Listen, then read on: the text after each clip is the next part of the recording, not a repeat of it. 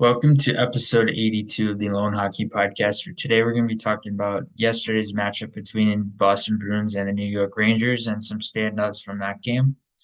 And it was a really exciting matchup. The Rangers, they had a lot of their good players playing, and obviously they were without Ryan Lindgren for a little bit of time now, but at the same time, they still have a majority of their roster playing, and they had a majority of their good players playing, including new addition Riley Smith, who was acquired from Pittsburgh in the middle of the summer, and he looked good. Riley Smith was one of the standouts for the Rangers for sure. And the Rangers won 5-2. They've been having a really good preseason thus far.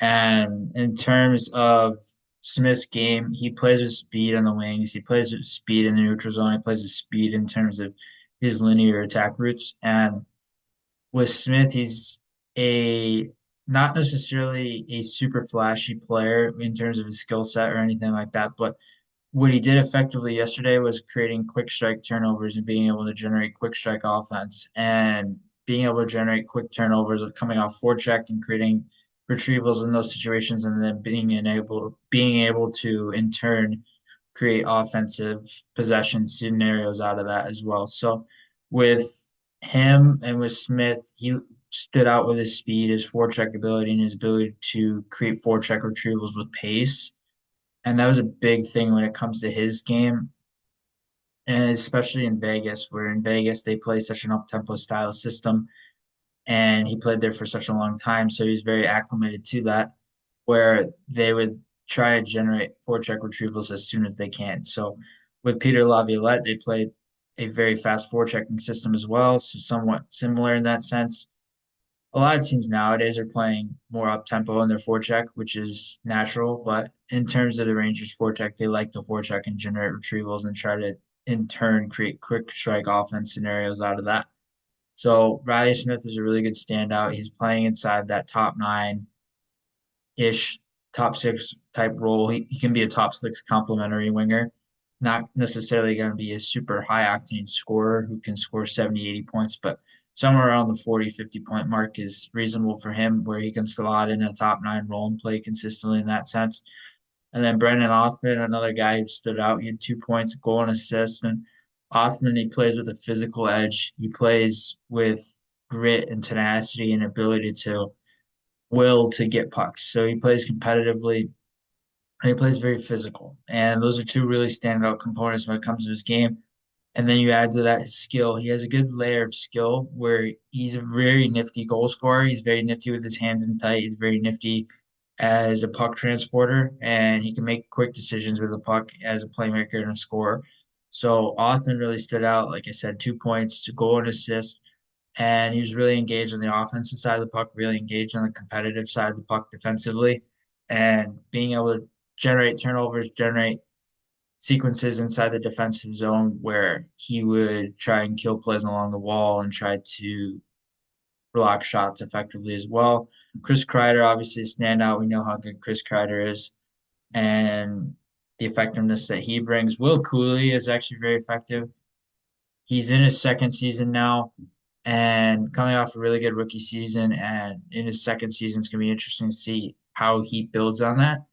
And he really stood out in the sense of, again, similar to Othman in the competitive and the mean streak. And very physical. He's finishing checks consistently. He's very, very hard to knock out the puck. He looks like he got a little bit stronger throughout the summer, and he was able to bulk up a little bit more. So you look at his center of gravity, you look at his strength, his lower body ability, and how he was able to leverage that under pressure. He was very effective at being able to hold off defenders and be able to finish checks and kill plays in that sense. And on the back end, there were two younger guys who I actually really noticed. And we could talk about Adam Fox all day. Adam Fox is going to stand out every single game, but I actually really like Zach Jones and Victor Mancini in terms of puck movement, in terms of decision making, in terms of fluid footwork, in terms of their ability to process situations and transition defense scenarios.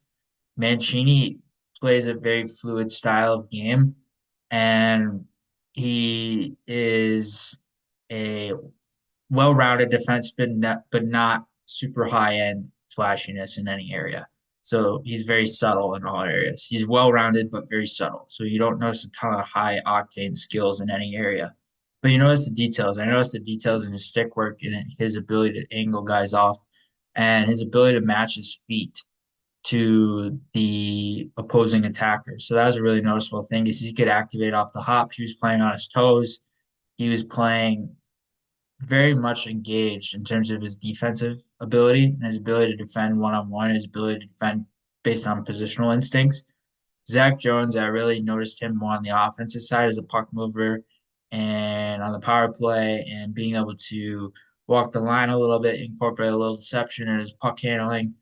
And Zach Jones is a very interesting defenseman to watch, and he needs consistent ice time to be able to thrive, especially in an offensive role. But at the same time, he showed some good two-way ability. He showed some good flair, and he was really noticeable in terms of that as well. And Connor Mackey, he was more on the physical side in terms of being able to generate that and being able to generate consistently in terms of physical play. And then Boston, they had some of their better players playing. So Nikita Zadorov recently signed, was playing, and then they had Pavel Zacha playing. They had Pasta playing. They had Ian Mitchell. Ian Mitchell's played all preseason thus far. It'll be interesting to see if he's able to get some games in with the Bruins this year, or if he goes back to Providence. McAvoy played, and then one of the guys who actually stood on the Boston side from my end was he's a bottom six winger, but very noticeable in the sense he played in Youngstown a few years ago in the USHL. USHL is a big on checking and big in terms of physicality and competitiveness and tenacity. And his style is really adapted from the USHL to pro and potentially NHL. That is Trevor Kuntar, and he was drafted by them a few years ago. And again, another player that plays at that physical edge. He plays with a little bit of tenacity, but I liked his skill. I liked his ability to make plays under duress. I liked his ability to corral pucks in tight and be able to use body position, be able to understand how to leverage that inside the O zone and the neutral zone. Kuntar really stood out in how he was able to use his decision making with the puck on his stick. He's always been more of a playmaker, and that's been that way since he was playing in the USHL. Not necessarily a super high octane scorer by any means, but at the same time, he plays a really good playmaking style that is really adaptable to his line mates. And in terms of everybody else, Morgan Geeky was playing as well, and he stood out, of course. And there was one more. Tyler Johnson, obviously on a PTO, on a tryout there, but he's a player that has shown some ability. I wouldn't be surprised to see if Boston actually signs him in the meantime because he showed really good play throughout three seasons thus far. He's really adaptable. He could be a top nine center. He could be a top nine winger. So you can play him on center and wing. You have versatility there. He's a veteran in the league, obviously, and he brings scoring ability. That's the thing that's most noticeable about Johnson is that he can bring scoring ability both as a center and as a winger. So the versatility there in his game adds to his value a little bit more. And he's more of a natural center, but at the same time, he really thrives at the wing because of his ability to add speed, have pace, and be able to attack with the puck using that speed. And so that allows him to attack in a variety of ways in a variety of situations. And yeah, he was a big standout, and he's been a big standout throughout the preseason thus far. And Boston using a lot of their younger players throughout preseason thus far, but at the same time, Johnson's been one of those players I believe has played every game in the preseason. So they're really getting a good look at him. And like I said, I wouldn't be totally surprised if Boston tries to sign him heading into the season as well.